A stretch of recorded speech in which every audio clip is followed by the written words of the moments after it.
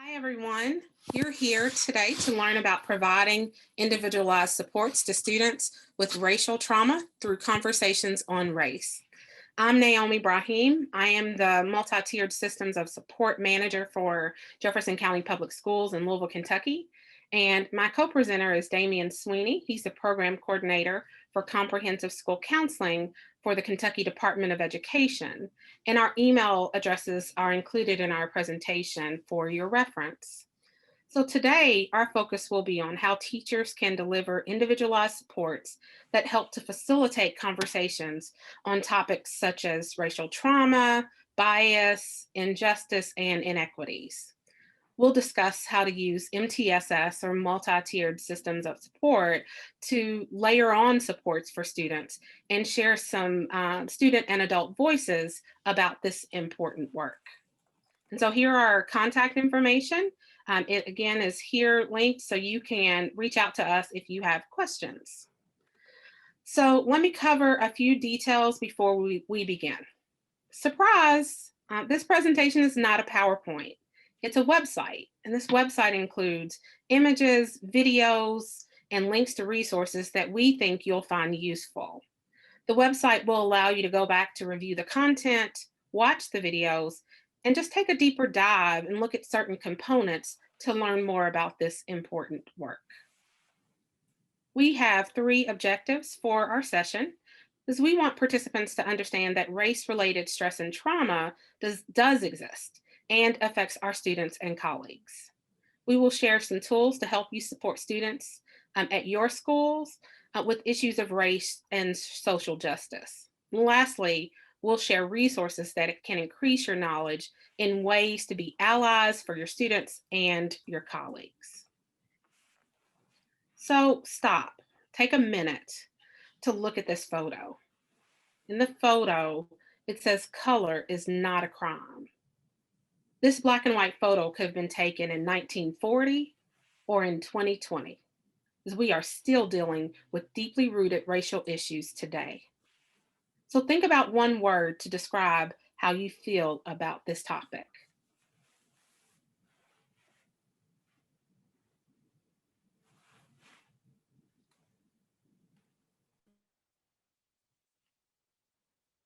Now it's time to breathe deeply.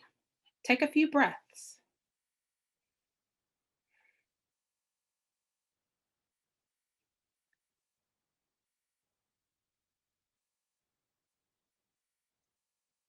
And we want you to be present, be in the moment, let everything else go. We want you to hear what we have to say today, because this presentation may be one of the most important ones that you hear during this conference. Our goal is for this work to move you, to strike you, and empower you to act in support of your students. This is a Suds rating scale, and it is used in the counseling field to measure levels of anxiety. This is a helpful tool just to take a pulse on your students or colleagues at the beginning of a meeting or a class. And if you had to rate yourself right now, where would you be on this scale?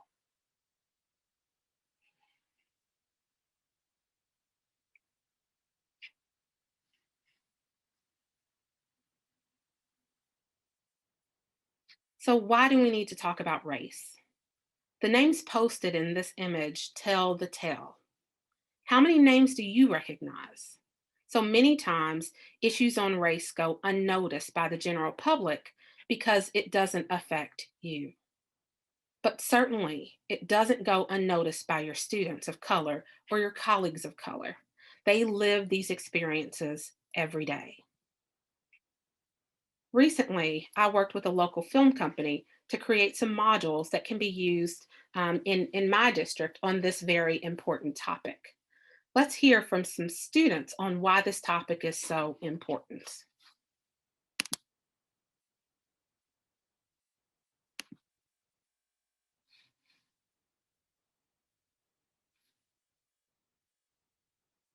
I think there's a lot of people that just like don't want to come to terms with it. And people don't like change and they don't like doing anything to make an impact on something. And it's like, yeah, you can admit this is happening, but it's your actions have to back up your words in this situation. And I know a lot of people that are like, yeah, racism exists, but what can I do? Like, I'm just one person, but we have to go at this situation as a group. And it's not something that we can just ignore, which is like our biggest problem is getting through to people who just want to choose to ignore it and just sit back. I know that the school that I go to is very open to having those open conversations about problems and certain events in our city.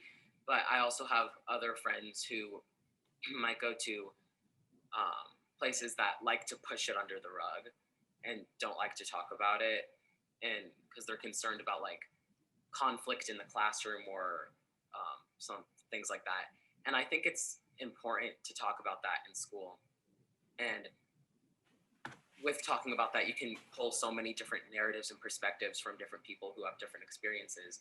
And I think that helps a lot, instead of just being like, okay, school is strictly for what's in this book, nothing else. We're not going to talk about anything else. That just confuses kids even more when they get to that point where they're being exposed to things that aren't in those books. You know what I mean?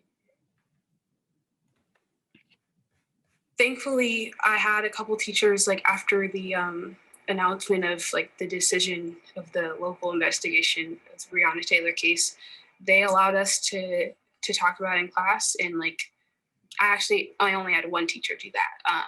But all of my other teachers are kind of like moving on. And it's like, I don't know if they're trying to,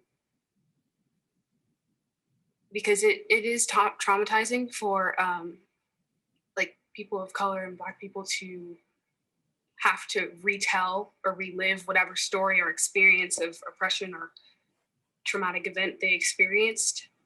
It is traumatizing to have to like constantly retell that story. But when you're not given the space to at least talk about it once, then you're bottling it up and you don't tell anybody how you're feeling. And all of a sudden it's like you break down. And I was able to, thankfully in my theater class, my teacher gave me the space to express what I was feeling. And like, I felt a little better that I was able to get it off my chest, because all the rest of my classes of that day, that was my last class of the day, the rest of my classes didn't say a single word about it. And I wasn't sure how I felt. But I'm thankful that I go to a school that there are people that are open to the conversation, and there are teachers that care, and it's an environment that we can all like talk about it without necessarily having to worry about backlash, I guess. And so you just heard from some important folks that are impacted by this work, and those are the students. We also have some footage of adults, but due to time purposes, we want you to go back and listen to why the adults think that it's important to have a conversation on race with students. So the summer of 2020 was pretty difficult. Not only were we in a worldwide pandemic, but we also saw just so many instances of hate and discrimination and oppression.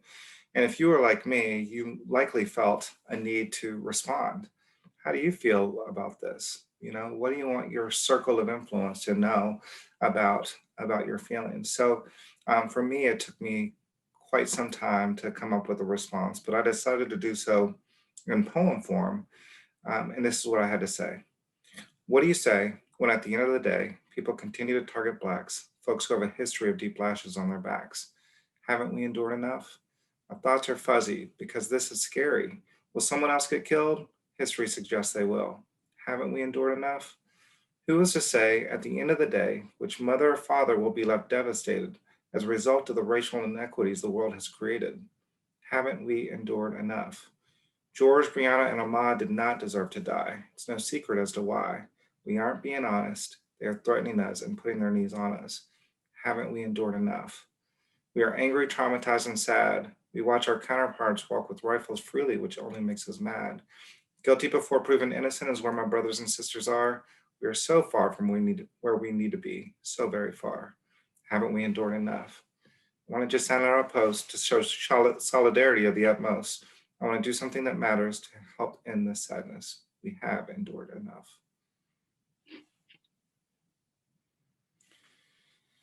So we want to take another moment of mindfulness for you to examine yourself. You're going to see these character strengths. And I just want you to go through this list, okay? What character strength connects with you? When I ask you this question, what's strong with you? What would you say based on the 24 VIA character strengths you see on your screen? Do you have an appreciation of beauty and excellence? Or are you brave or creative or curious or fair or forgiving? Take a look at that. Create a connection to your character strength. And as you do that, I want to ask you some questions to just mindfully reflect on. Okay? So again, what are your character strengths? Are there people with whom you need to have courageous conversations about race within your personal life? If so, what's holding you back? What fears do you have when considering conversations about race in schools or your organization? Are you fearful of saying the wrong thing? Are you fearful of being met with racist comments by students or colleagues and not knowing how to respond? How can your character strengths help overcome those fears? And as a reminder, fears are like students. When we name and claim our students, especially for intervention, we're better able to personalize their supports, differentiate when needed, and find ways to help them. We have to do the same thing for our fears. We must also remember to use our strengths to overcome those fears. So take a look at this image. You cannot teach Black children and be silent about the injustices against them. Neutrality cannot be a choice, right? You just heard from some incredible students who said that neutrality basically, it speaks a message of its own. Okay, so we have to really show our students that we stand with them and we stand up for them, right? There's this amazing book that recently came out called Punch in the Air. And one of the authors from the Exonerated Five, he helped write this book. He was a co-author of this book. And one of the pages says this, and it really stuck out to me.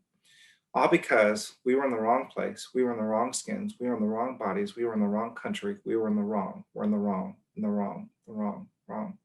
All because they were in the right place, they were in the right skins, they were in the right time, they were in the right bodies, they were in the right time, the right country, they were in the right, we're in the right, in the right, right. So we are going to talk a little bit more about race-based stress and trauma and how it affects us. But this is honestly how many of us felt as we watched what happened to George Floyd, as we heard about what happened with Ahmaud Arbery and Breonna Taylor. We felt like we were in the wrong places, we were in the wrong skins. And even today, as people of color, any of the things that happen to those folks that I mentioned before can happen to us or somebody that we know and care about.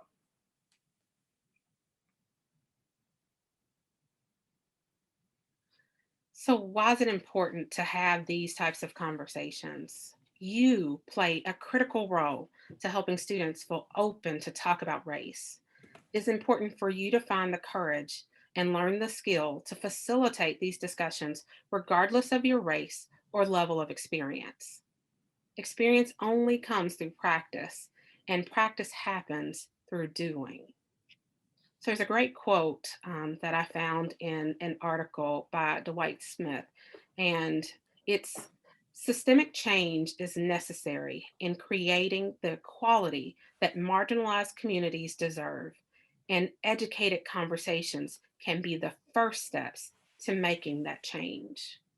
And that really just gets to the heart of taking the time to educate yourself, to learn and know how to have these conversations. Let's talk a little bit about some common language and terms. And so there's a quote here that I hope that you can see. And it says, racial equity is not just about the absence of discrimination, but also the presence of values and systems that ensure fairness and justice. So we're going to watch a really short video about race that's 3 minutes, because we really want to have common language about the word race and want to educate you in this moment.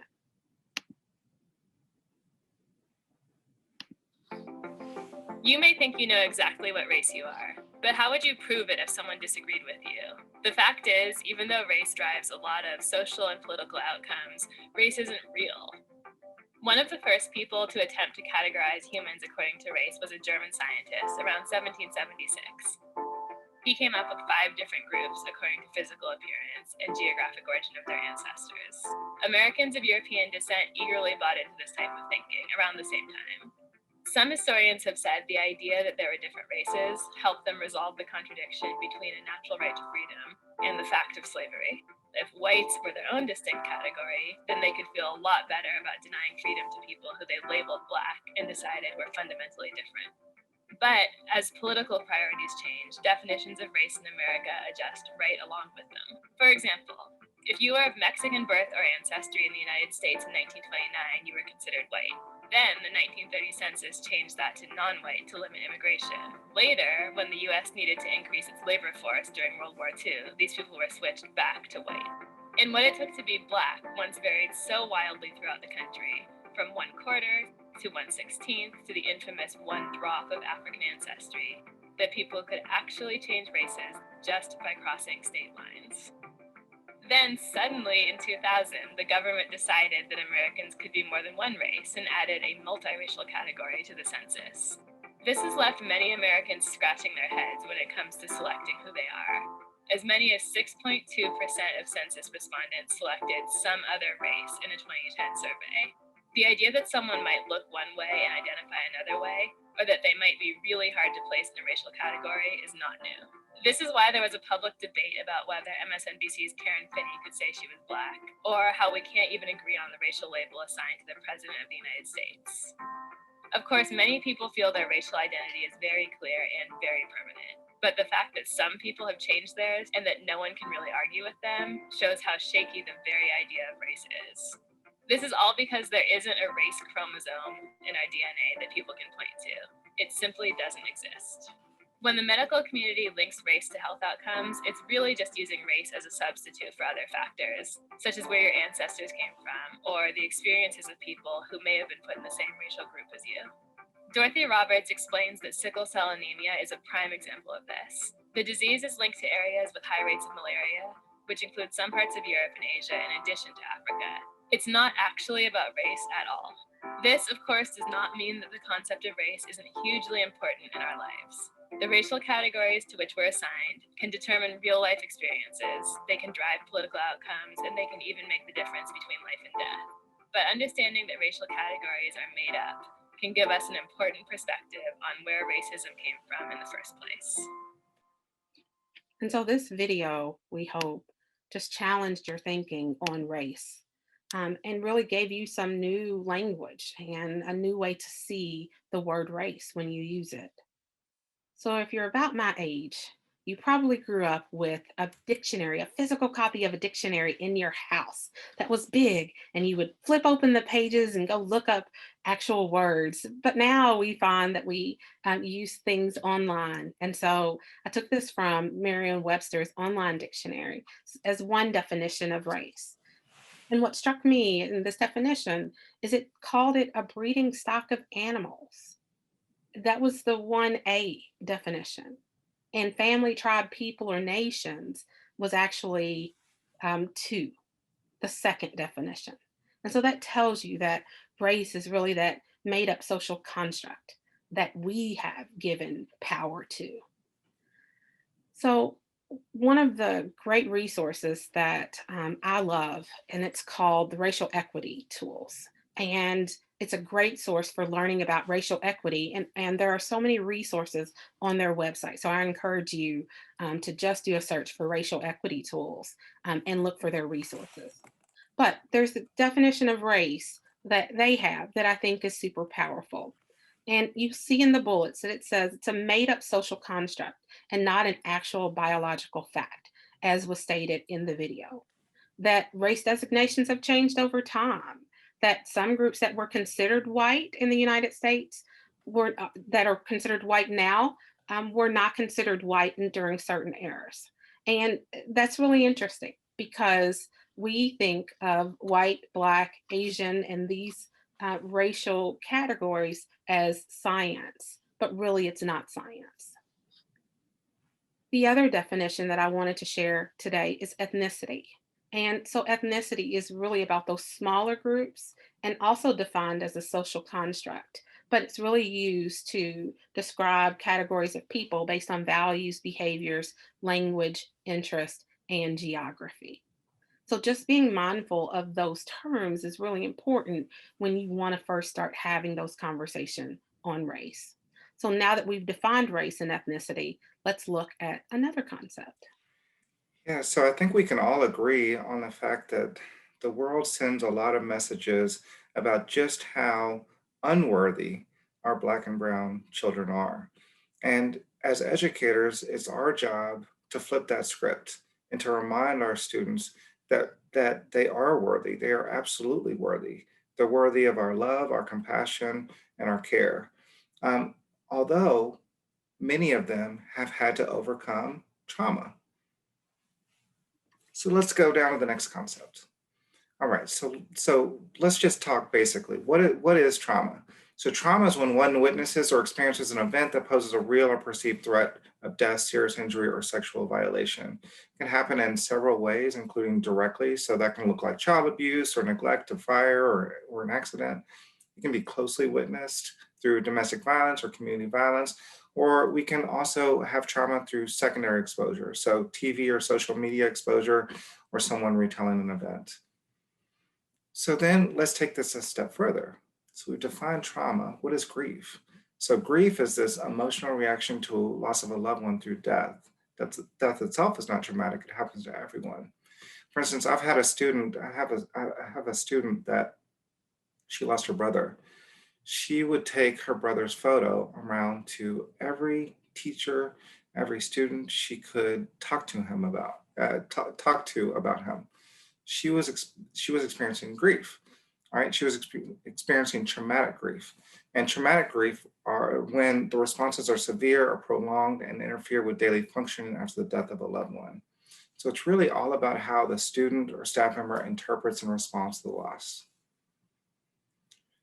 All right, so another step. So then there's this idea of complex trauma. This occurs as a result of repetitive, prolonged trauma involving sustained abuse or abandonment by a caregiver or other interpersonal relationships with an uneven power dynamic. And I would tell you that we are experiencing personal, societal, and vicarious trauma, right? In terms of personal trauma, we are hurt by what's happened and scared about what will happen. We're trying to figure out where we stand, what to say. And really, so many of us are trying to figure out how not to say the wrong thing. In terms of societal, we are hurting for our communities. Concerned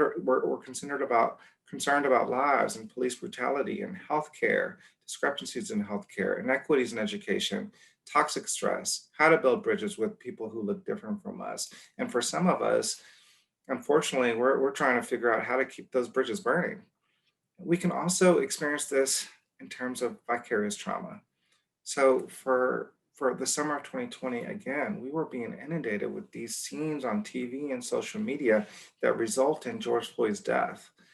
Police in riot gear in predominantly Black communities, along with many other troubling images.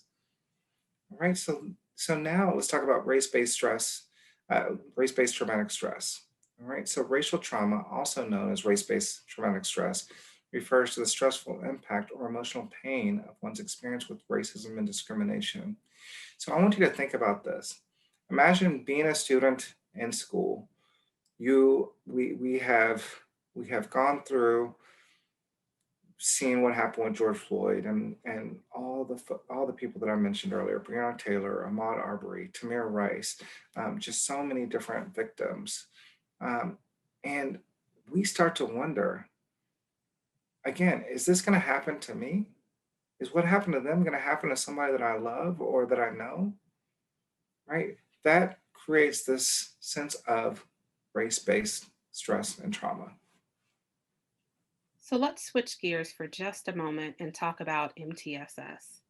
And so MTSS is a multi-tiered system of supports that is a systemic continuous improvement framework in which data-based problem solving and decision making is practiced across all levels of the educational system for supporting students. MTSS is a layered approach. And if you can see the pyramid here that's on the side, it's actually a layered pyramid versus the standard pyramid that shows the red, the yellow, and the green. Because the tier one, the whole class approach is for all students, and they're taught with methods that research has shown to be effective. All students are screened to see who is and who isn't responding to these strategies. Kids may be broken into smaller groups that address different strategies in areas of need.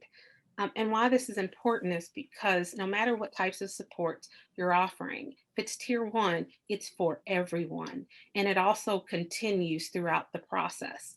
You don't stop doing tier one supports to start tier two or tier three supports. So tier two is where we have that small group intervention. Some students receive more targeted supports in small groups. The scheduling of these interventions is extremely important because the goal is to keep students from missing any core instruction and to make sure that other tier one activities, because if they miss, it's going to be harder for them to catch up. Let's talk about tier three, and that's that intensive individualized supports. So there are a few students who move up to this most intensive level of supports, but remember, you're continuing with the tier one and tier two activities. So that is really important. What can also happen with those intensive supports is that these sessions tend to last longer and they're more narrowly focused on the intervention, the specific needs of the students. So let's start with talking about how MTSS fits in with race and trauma. So tier one starts with you and your colleagues. We're talking about whole group resources that work for staff and students. For tier one, think about that flipped classroom where you use the classroom time to actually do the practices versus the instruction. That instruction can happen in other ways, but you give that time in the classroom to really go to the details. Also, thinking about lessons that use a culturally responsive lens. And so there are lesson plan templates, including one that is in blue that's included that can allow you to make sure that you are looking for the voice of all of your students. So really thinking about those, creating those safe spaces, because we really need to commit to building those safe spaces, not just declaring them. And also having those agreed upon norms that everyone's voice is respected in conversation. Tier one also includes those courageous conversations. And that's really about showing people that unconditional positive regard for who they are. And realizing, as Damien was talking about, that lots of people are hurting. You don't have to be a person of color to be hurting at this time. There are lots of people who could be going through some trauma based on what they've seen and heard. We have to acknowledge what has happened and also acknowledge that there are going to be some emotional responses to this work, not just from students, but also from staff. It's okay to not be okay. You know, Damien and I both have a counseling background. And so for us, that's really an important concept that we share. But making sure that your students know that your colleagues know that it's okay not to be okay. What's most important is getting the support and the help that you need. And also acknowledging that events in the community are not separate from the context of school. And that just means that what happens out in the community always affects what's happening in school. They're not divorced of each other.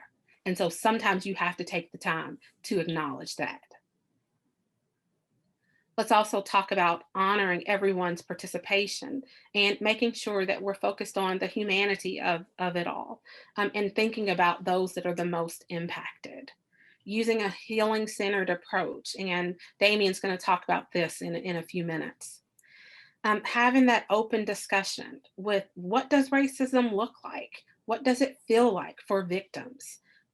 Remember that racism diminishes everyone, not just those that are impacted. Making sure to teach people how to be upstanders, just like with bullying supports. we have to be upstanders with this racial work as well. And begin the efforts to implement an anti-racism framework in your school, in your classroom, in your community, because racism isn't going to go away because it's ignored. We have to make sure that every voice is valued, and remember that victims are important in this process.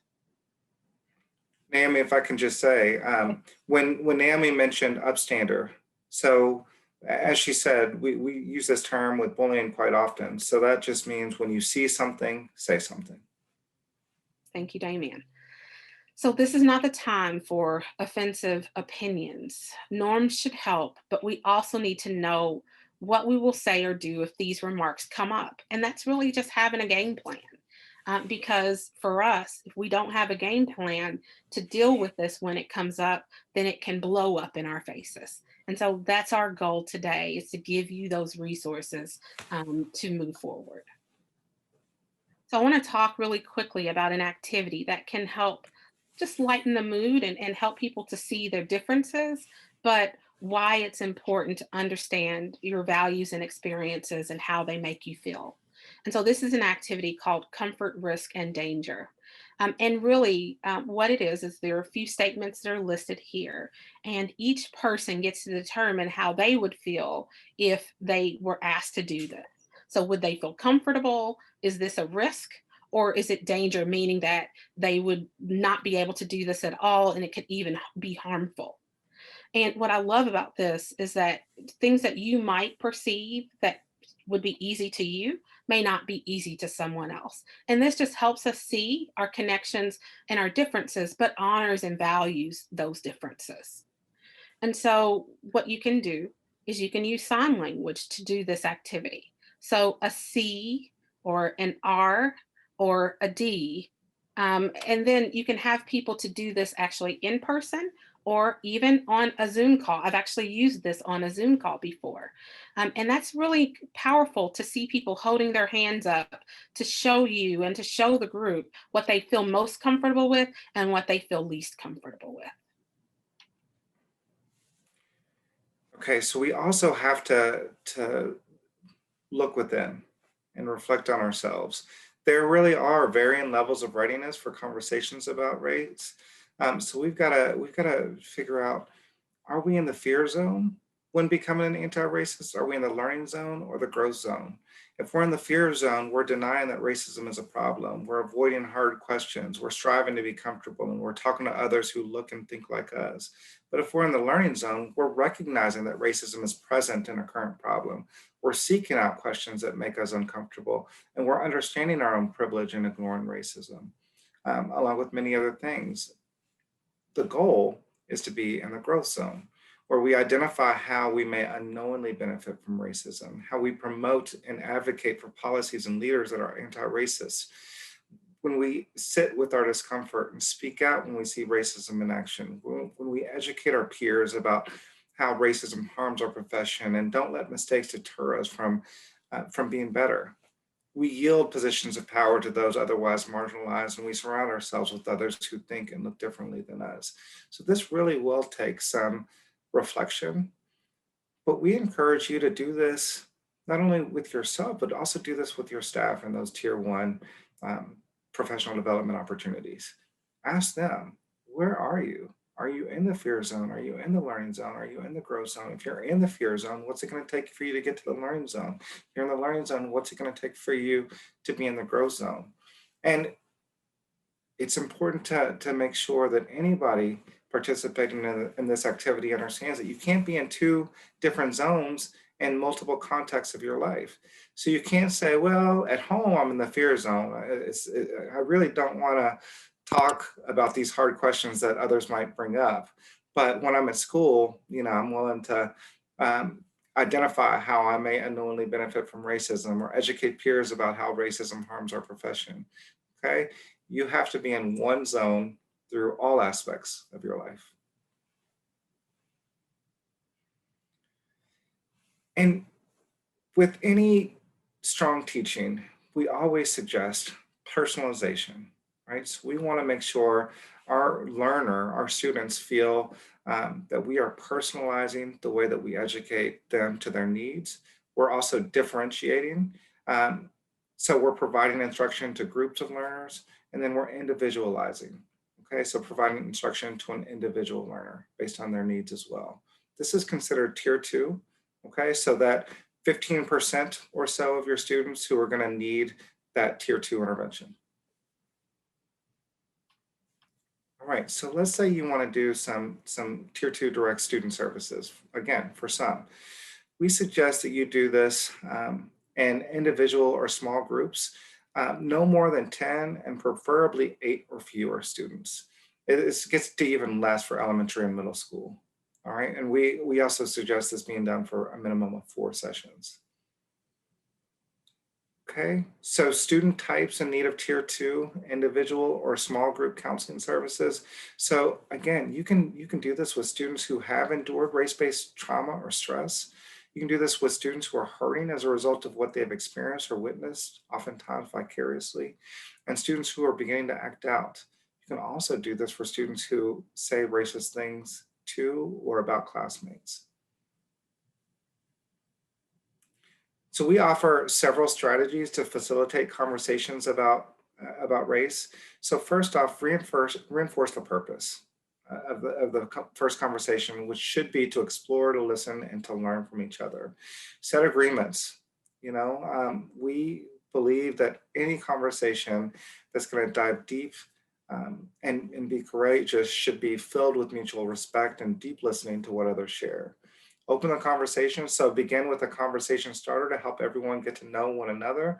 I specifically love to open up conversations like this in small groups with music. Deepen the conversation. So once everyone is more comfortable, get serious and deepen the conversation, and then bring the conversation to a close. However, it's important to note that this is such a complex topic that we can't really expect closure to every single session that we offer. All right, so check-in, check-out is identifying students who will benefit from check-in, check-out. So check-in and check-out is a PBIS intervention for tier 2 and tier 3. It's really about having those opportunities for smaller number of students to have a daily check-in with someone and a daily check-out with someone. You can do this for tier 2 support, so for that 15%, or even for tier 3 for those students that are in the top 5% that are in need of those supports. So it can be done in a small group, or it can be done in one-on-one. And so it's really about giving them the opportunity to have one person that they build a relationship with, that they trust and will support them, that allows that daily check-in, check-out process.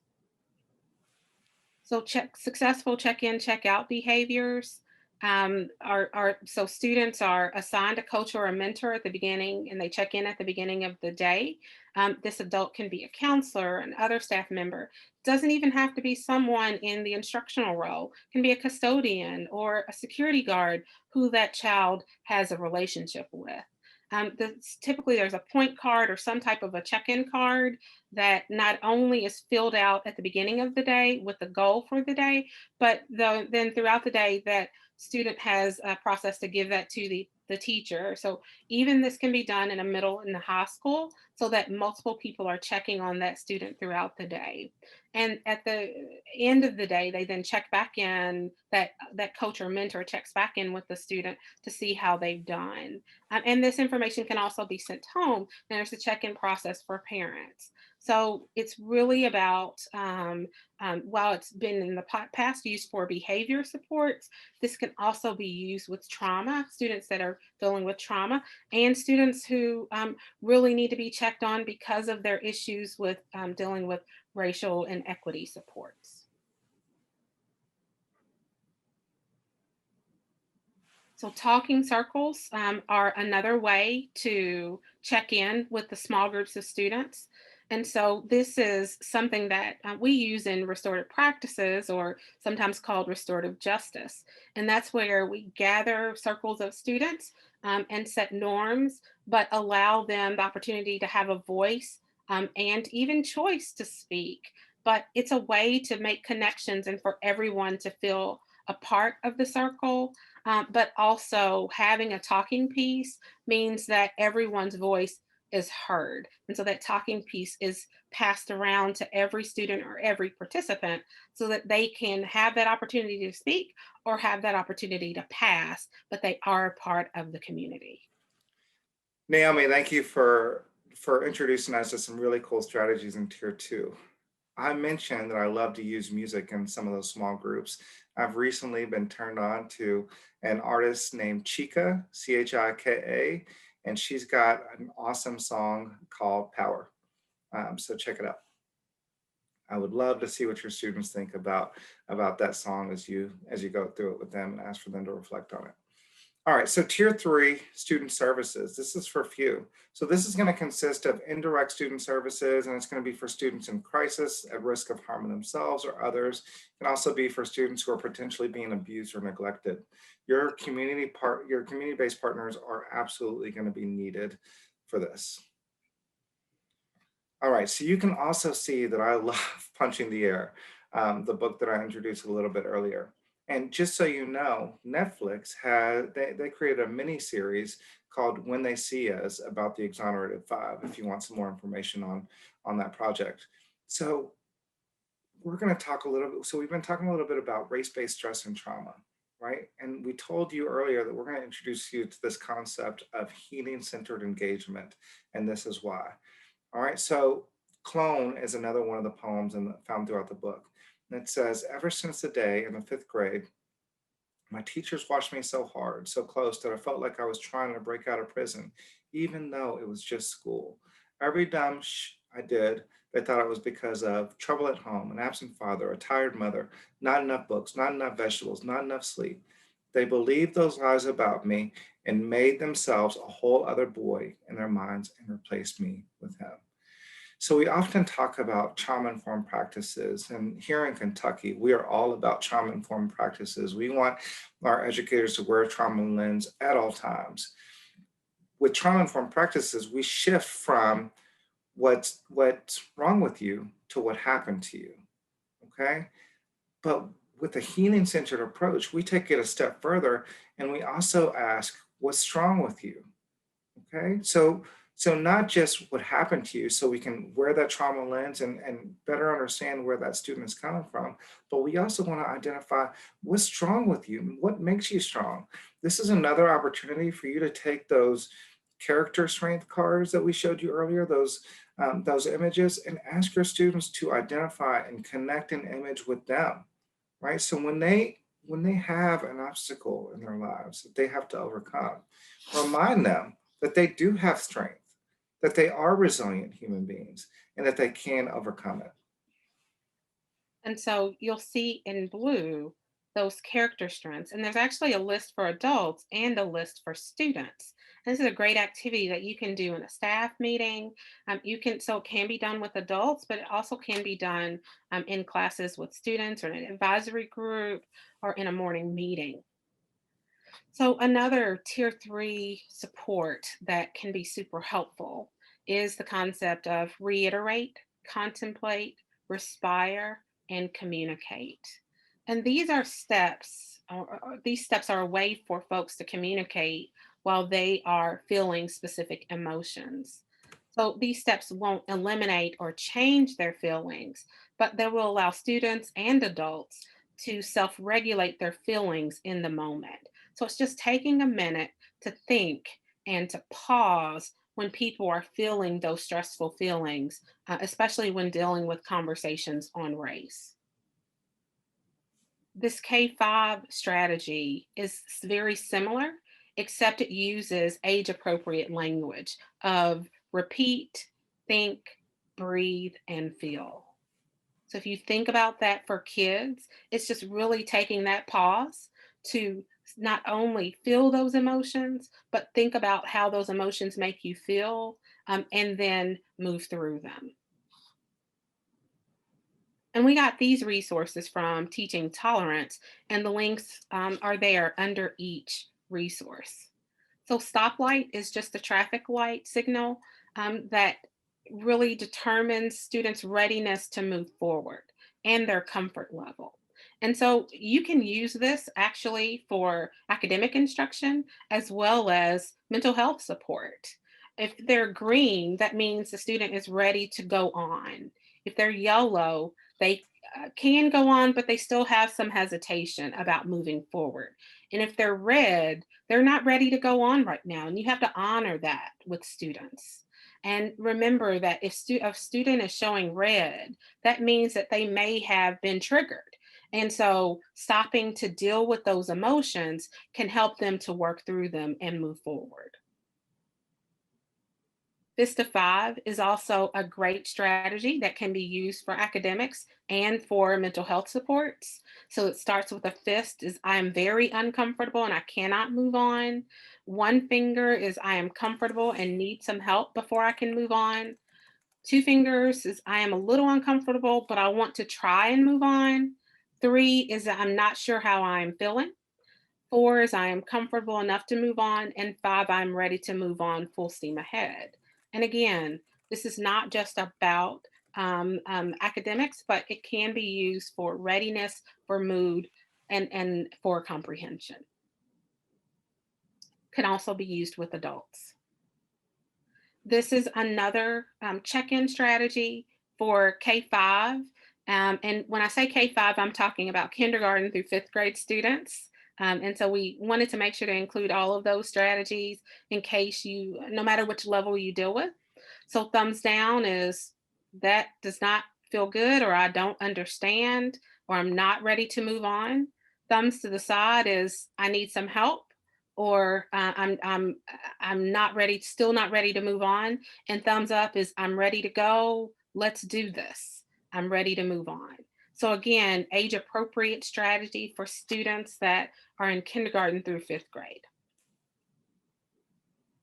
Journaling is another opportunity for students to really write down their feelings and to have a debrief after a difficult conversation. So when you have students who maybe don't want to open up immediately to you, you can have them to either write their feelings down before you have that conversation, or they can use that journal as an opportunity to reflect after. But it's a great way for students to really express their emotions and not feel judged by someone in a small group or even by the adult that they are speaking to. Drawing is just like journaling and can be used for older students or younger students. So many times you'll see on TV where a student has experienced a traumatic event and an adult is talking to them and asks them to draw. And that's just because not only is it a good distraction for students, but sometimes younger students may not be able to articulate their feelings in writing for journaling or even through their voice. And so this can help you to really get to a deeper conversation and not just stay on the surface level with some students. And those drawings or journals can be shared or kept private. I just recently encouraged a colleague to start journaling. So these are great activities for adults as well.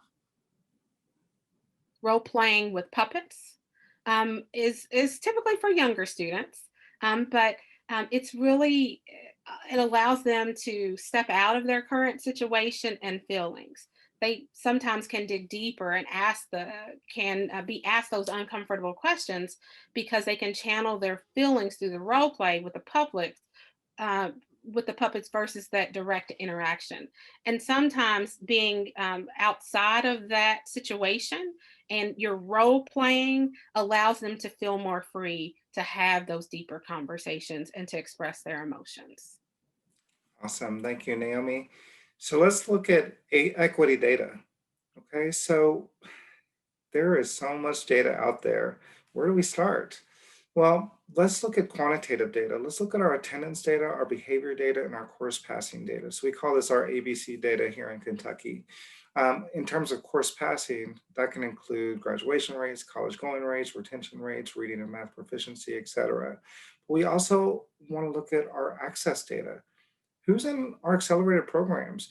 Are our Black students, our Latinx students, our traditionally marginalized students, and our dual credit programs, and our gifted and talented programs, or advanced placement, or international baccalaureate, or Cambridge International programs.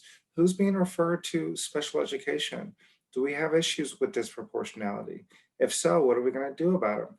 And then let's take a look at our qualitative data. Our qualitative data is going to look at the perceptions of our stakeholders. What do our teachers think about the systems in our school? What do our caregivers think? What do our students think? There's this really great quote that says, "Nothing without us is for us." So when you think about your students, how can you include them in looking at the data and reflecting on that? And then what needs assessments can you offer your students, your caregivers, your teachers, et cetera? All right. All of this connects to an awesome competency within social and emotional learning, which is the responsible decision-making competency. All right. Here are some other things that you can take a look at as well in terms of data. All right, and when you look at this, when you reflect on this data, we want you to look at this data aggregated and disaggregated, and then look at subpopulations. All right, what is your achievement data? Again, what is your attendance data and your behavior data? But then also let us know, what is your school completion data? What are your graduation rates? How's your transition data? What are your retention rates? Again, what is your representation in your accelerated learning programs? What is the percentage that you have of students receiving special education services? What is your school climate data? What are your stakeholders saying about your school climate? We know that school climate drives everything. It drives performance, it drives behavior, it drives everything in a school. So what is the data saying about your school climate? What about involvement in career and technical education programs? What about clubs and extracurricular activities?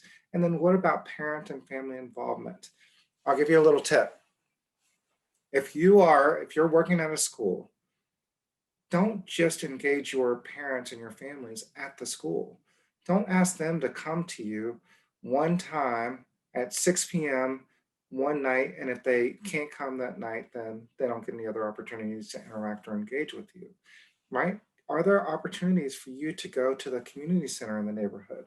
Are there opportunities for you to engage with the church in the neighborhood where our parents or caregivers might feel more comfortable in talking about education? And then again, here's some other ways for you to assess equity. Okay, here, and we've linked in here a school equity assessment. What are the artifacts on the wall? Is everybody represented?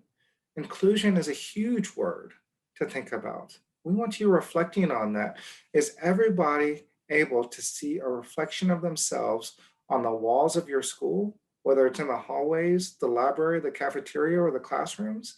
If not, are they able to hear rituals or experience rituals that are inclusive of them? What is communication like? Are you finding translators for your English language learners and their families? Are you collaborating? Again, nothing without us is for us.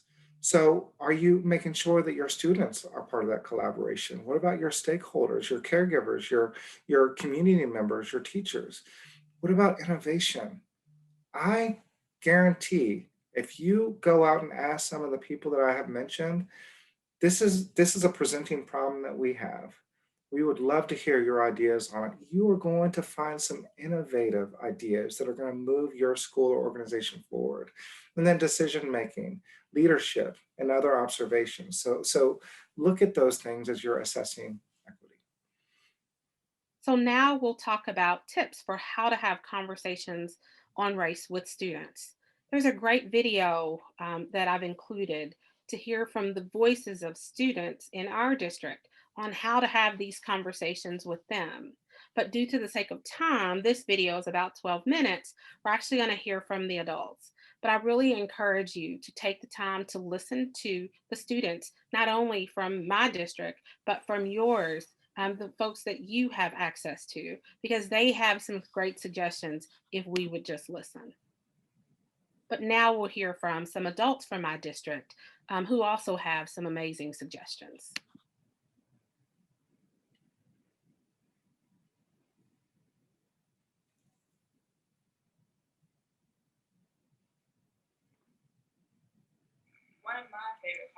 teaching like high school students is that they are in that time that they're questioning like everything, questioning themselves, questioning their parents. So they are, questioning their teachers. So they're wanting to have these conversations and they're wanting to push back, but there's so much inner turmoil. Like my Black students are facing racial trauma and they're seeing what's going on and they're seeing the reactions. But then my white students are also battling with like, I have these feelings but my parents feel another way. So I can't really, like, how do I go about expressing that and challenging my parents, like truly challenging my parents, not just like I stayed out past bedtime or like, I left a sip of milk in the jug or whatever, but truly challenging their beliefs and their family traditions and their values. It's really cool to see, but it's heartbreaking to see that they have to go through that, and to see that they're struggling with that. But it's also powerful as a teacher because I got into teaching and got into teaching social studies to teach little activists. To produce that is, as selfish as it sounds, to produce little activists and to hopefully, ideally, make the future better for themselves and the future after that. But so they're struggling. I think they're excited. They're wanting to do the work, but it's hard. Because I still have microaggressions that I deal with as an adult that will take me back. And it's just kind of like playing second to like a white female. I remember that my whole life growing up. And so sometimes I have to check myself, even in education, with my white counterparts as my teachers. They're not always fighting against me or wanting my spot, but because I experienced that so much growing up, I immediately, sometimes when I see, white females, I'm like, I step my game up because, and that just, that's me speaking in my truth. My background, I used to teach the Compassionate School program. And every single day when the students come in, I verbally said out loud, we're going to set the table today. And in this classroom, we're going to laugh. In this classroom, we're going to forgive. In this classroom, I may say something that's going to harm you here. But in this classroom, we forgive. And so I think that has to happen very, very often, if not once a day, maybe twice or 3 times a day. Setting the table in your classroom or in your environment will most definitely play a part on how the day goes. And so will there be some uncomfortable conversations? Absolutely. Uncomfortable, but what? I would say uncomfortable, but respectful, right? Because your thoughts matter, right? Your thoughts matter in this classroom. I like to look at the classroom as a family. And so no more is it just academic. Now it's SEL, right? So we're now coming in with your emotions and your feelings, give it a name, and it matters. So in this classroom, let's set the table every single morning of what we do in this family. And so you heard some powerful voices about experiences that they have and their goals, and even being reflective of how we see each other. We now want to share with you some amazing resources on how you can continue this conversation and how you can have conversations on race with students, with adults, and especially support those students in need of those Tier 3 supports. The image that you see in the background came from the Smithsonian's African American History Museum. And these are all resources that you can click on and go and find information. And they have lesson plans and articles, and videos, just lots of resources on their webpage. So please take some time to go to their website and use their resources. And the link is here. Teaching Tolerance was an amazing resource for us as we were putting this presentation together. So there are several Teaching Tolerance resources. The Racial Equity Tools, the link is here. Go there. There's actually a dialogue and deliberation guide that can help you have conversations. The Iowa Department of Human Services for that Courageous Conversations toolkit.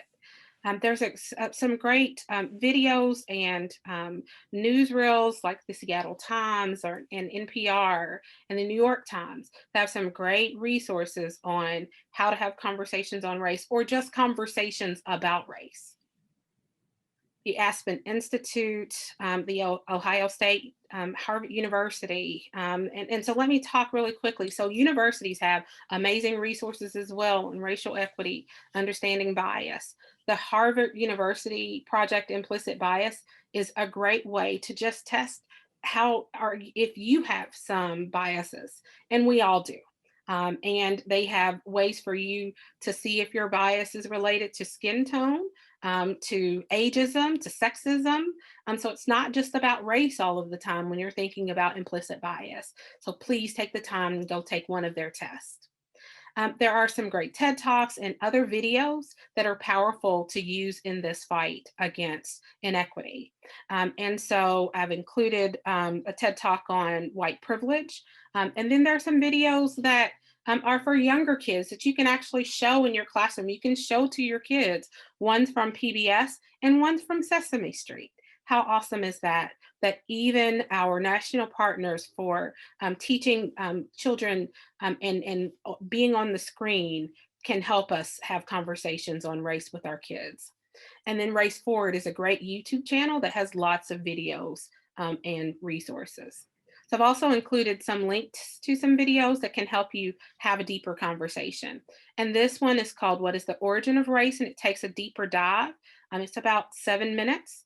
And then also a crash course on race and ethnicity. And this one is about a 12-minute video. Melody Hobson has a TED Talk on whether or not it's good to be colorblind or color brave.